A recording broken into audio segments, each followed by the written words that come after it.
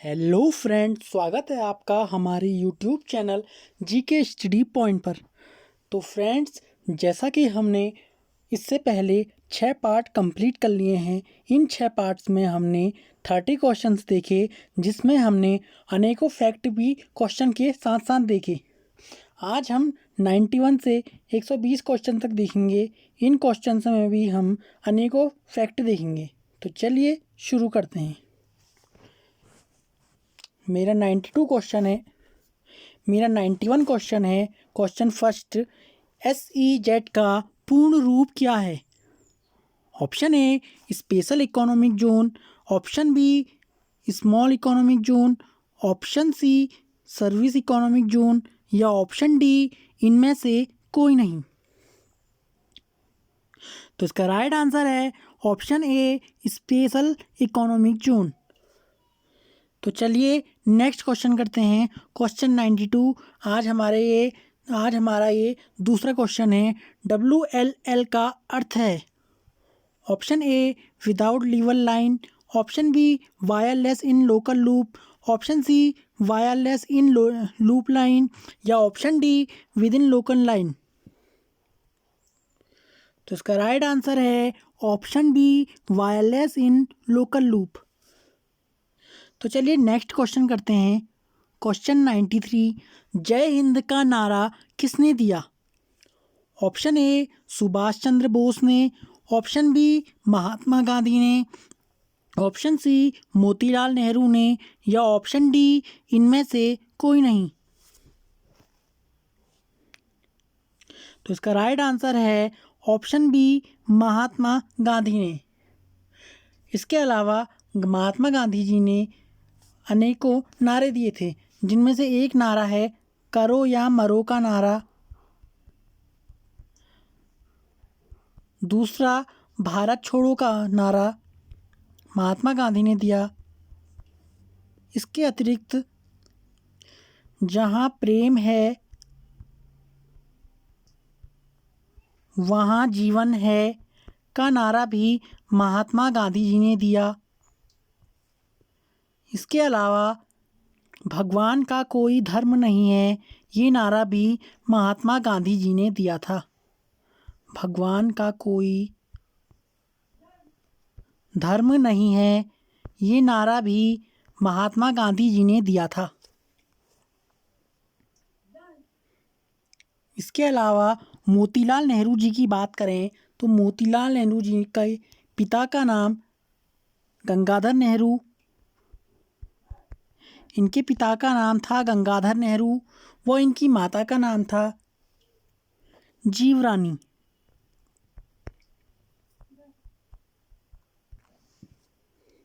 बात करें अगर क्वेश्चन में पूछा जाए कि नेहरू रिपोर्ट 1928 में किसने दी, तो इसका आंसर मोतीलाल नेहरू होगा, ना कि जवाहरलाल नेहरू।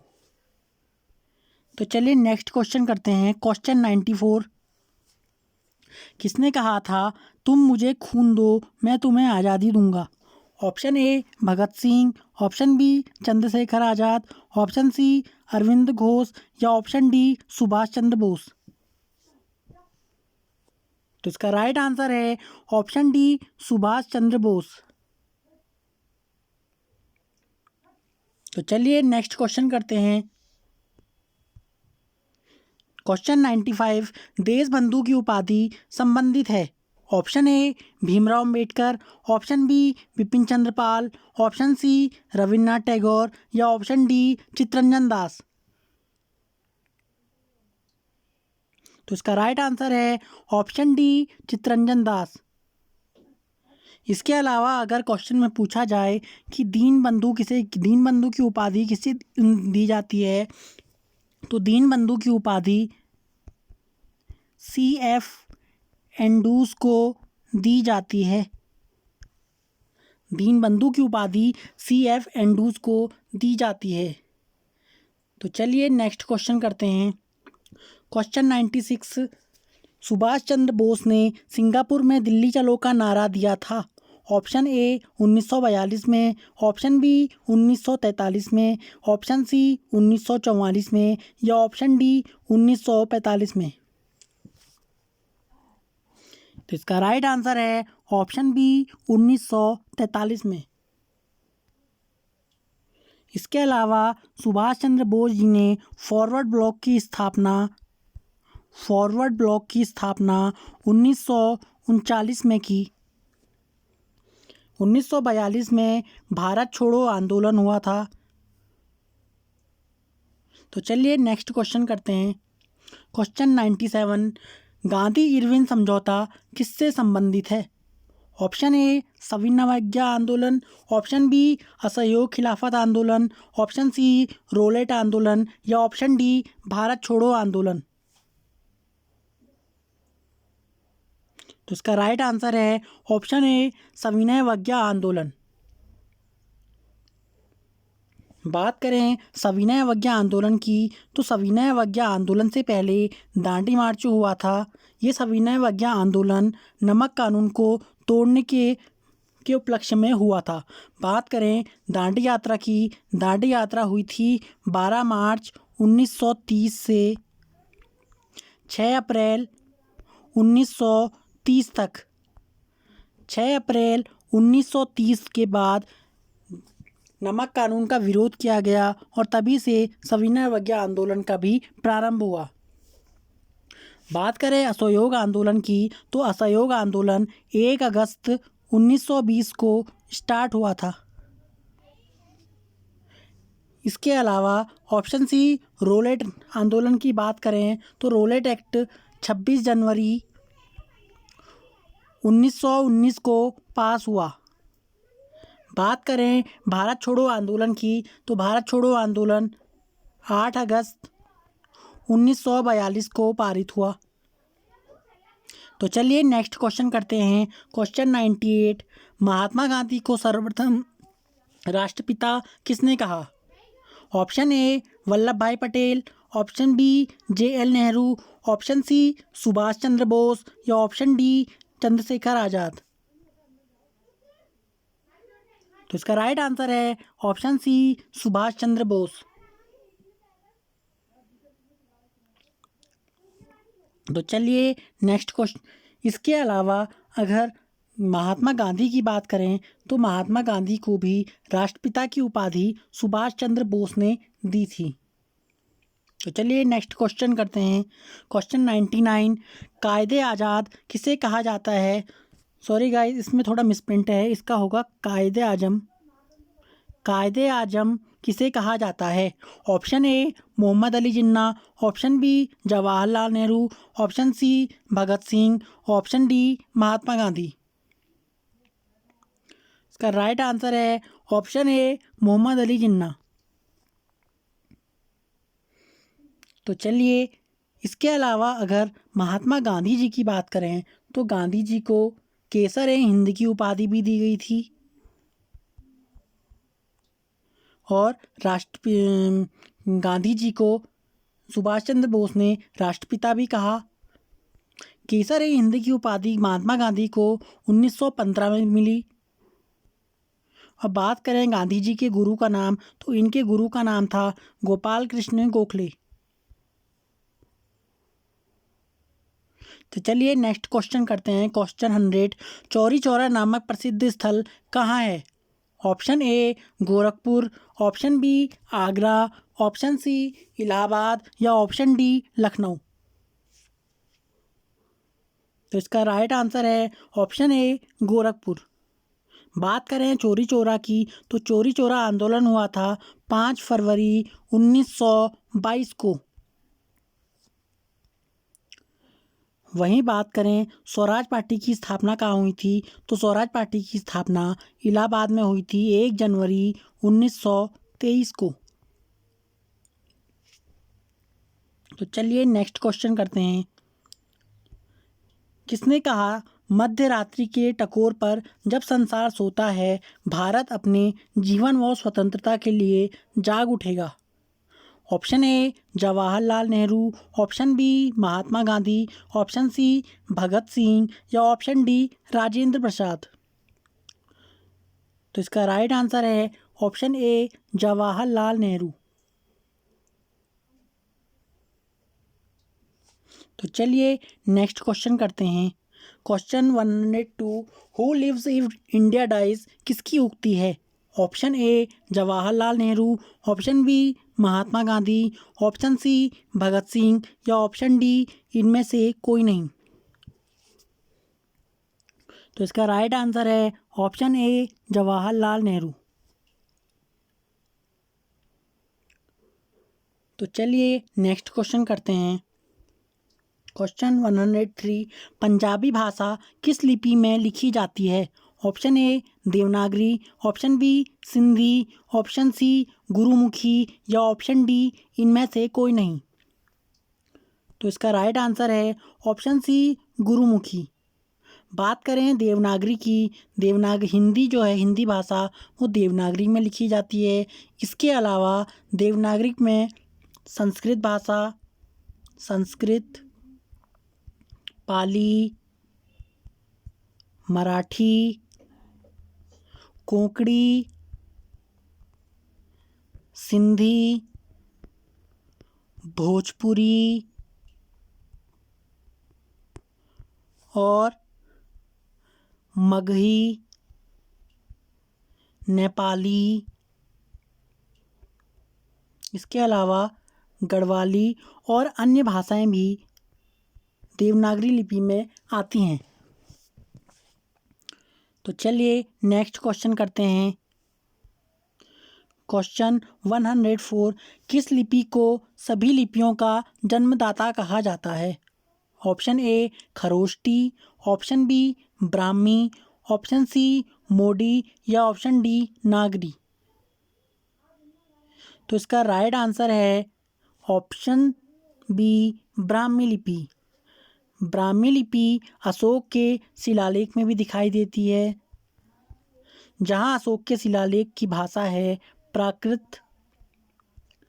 अगर हम भाषा के विकास के क्रम की बात करें तो सबसे पहले भाषा के विकास के क्रम में संस्कृत आती है और संस्कृत को आदि जननी भी कहा जाता है सभी भाषाओं की।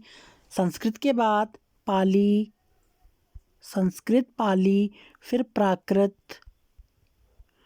प्राकृत के बाद अपभ्रंश, अपभ्रंश के बाद अवहट्ट और अवहट्ट के बाद हमारी हिंदी भाषा आती है। तो चलिए नेक्स्ट क्वेश्चन करते हैं। क्वेश्चन 105, किस काल की लिपि को चित्राकार लिपि कहा जाता है? ऑप्शन ए सिंधु काल, ऑप्शन बी वैदिक काल, ऑप्शन सी गुप्त काल या ऑप्शन डी मौर्य काल। तो इसका राइट आंसर है ऑप्शन सी गुप्त काल।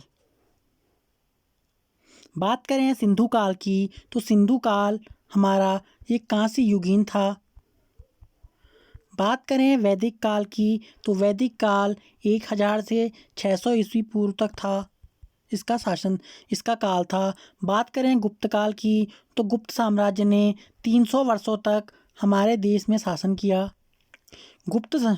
गुप्त साम्राज्य में चांदी के सिक्कों को रूपका तथा सोने के सिक्कों को गुप्त काल में दिनार कहा जाता था।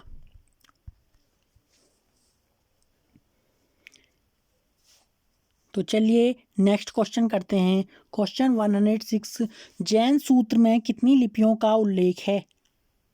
Option A 8, option B 12, option C 18 या ऑप्शन डी 21। तो इसका राइट आंसर है ऑप्शन सी 18 भाषाएं, 18 लिपियों का जैन सूत्र में उल्लेख है।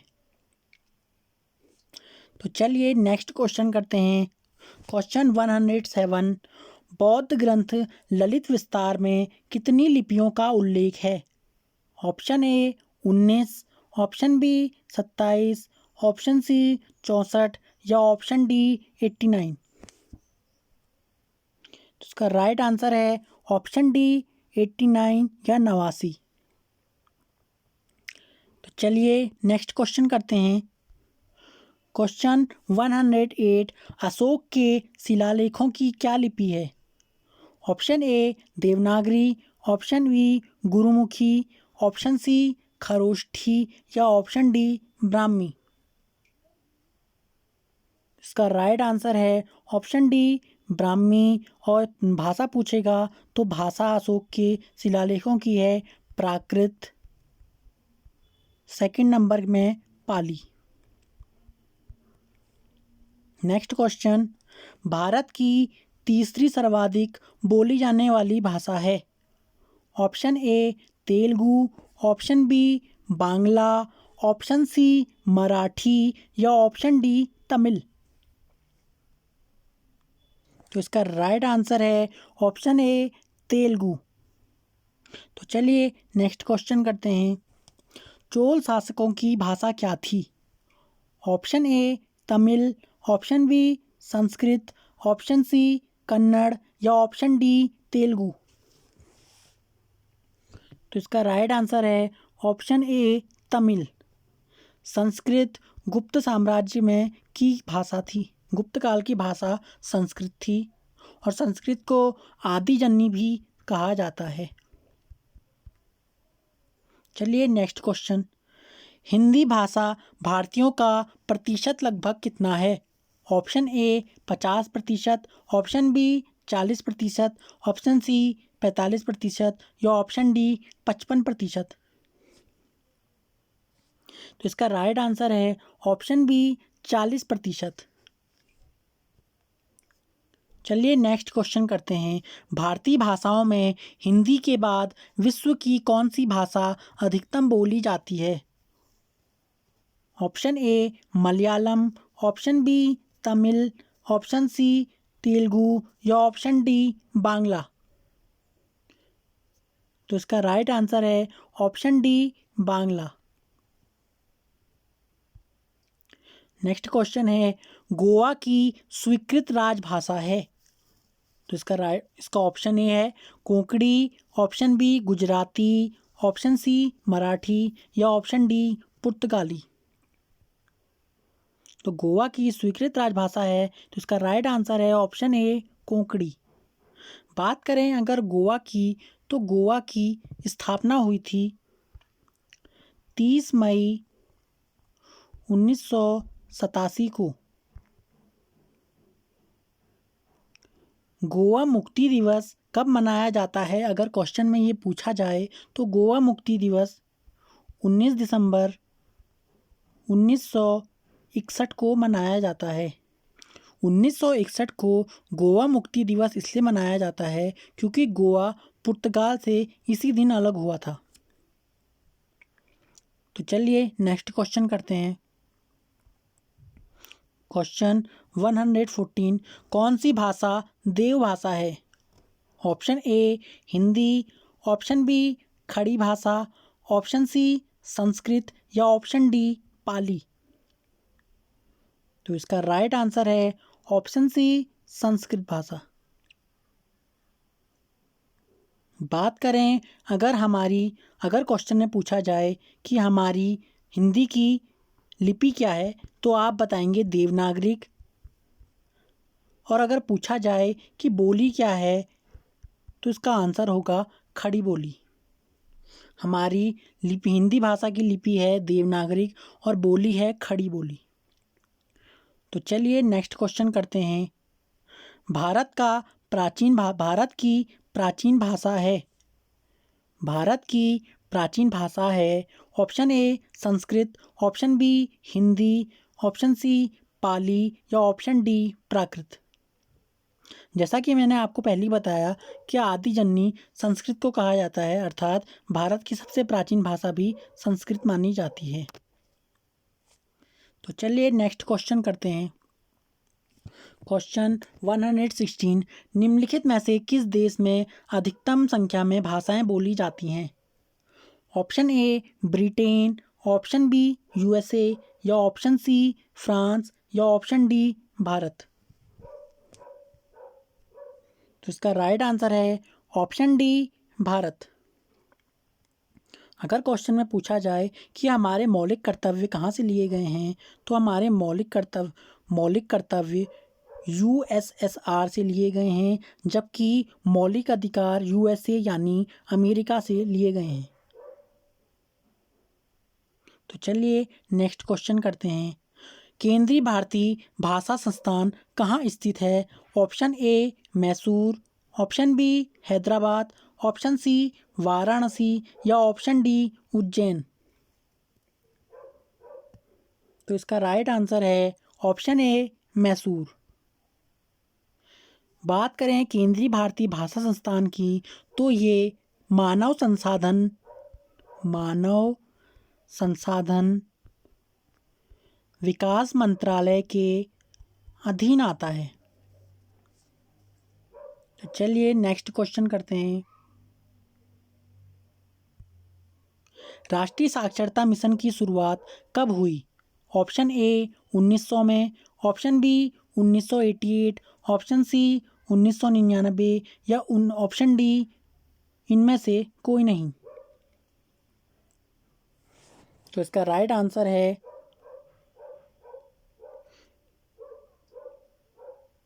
Option B 1988। बात करें विश्व साक्षरता दिवस की, तो विश्व साक्षरता दिवस 8 सितंबर को मनाया जाता है। वहीं बात करें अगर 2021 की थीम पूछी जाए कि साक्षरता दिवस 2021 की थीम, तो 2021 की थीम थी मानव केंद्रित पुनर्प्राप्ति के लिए साक्षरता। 2021 की थीम थी मानव केंद्रित पुनर्प्राप्ति के लिए साक्षरता। अगर पूछा जाए 2022 की थीम, तो विश्व साक्षरता दिवस 2022 की थीम थी ट्रांसफॉर्मिंग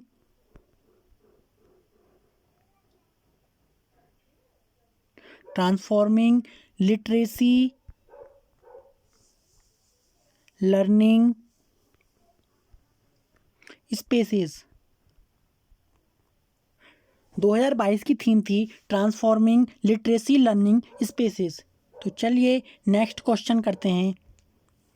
क्वेश्चन 119 राष्ट्रीय साक्षरता मिशन, ये तो हो गया है। तो हमारा आज का लास्ट क्वेश्चन है, नवोदय विद्यालय में दाखिला किस कक्षा में होता है? ऑप्शन ए पहली, ऑप्शन बी 7वीं, ऑप्शन सी 6ठी या ऑप्शन डी 4थी। तो इसका राइट आंसर है ऑप्शन सी 6ठी।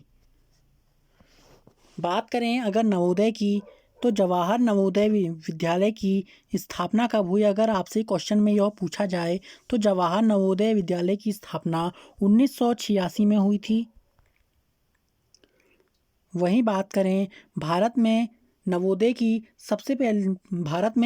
विद्यालय सबसे पहले अगर कहाँ खोले गए, ये क्वेश्चन में पूछा गया, तो इसका आंसर है सबसे पहले अमरावती महाराष्ट्र में, और दूसरा स्टेट है झज्जर हरियाणा में सबसे पहले नवोदय विद्यालय खोले गए थे 1985 से 1986 के बीच। ओके फ्रेंड्स, आज के लिए इतना ही। कल हम इससे आगे पुनः क्वेश्चंस देखेंगे। आपसे यही रिक्वेस्ट है कि अगर आपको क्वेश्चंस थोड़े भी हेल्पफुल लगें, तो आप वीडियो को सब्सक्राइब एंड अपने फ्रेंड्स में शेयर ज़रूर करिए। धन्यवाद।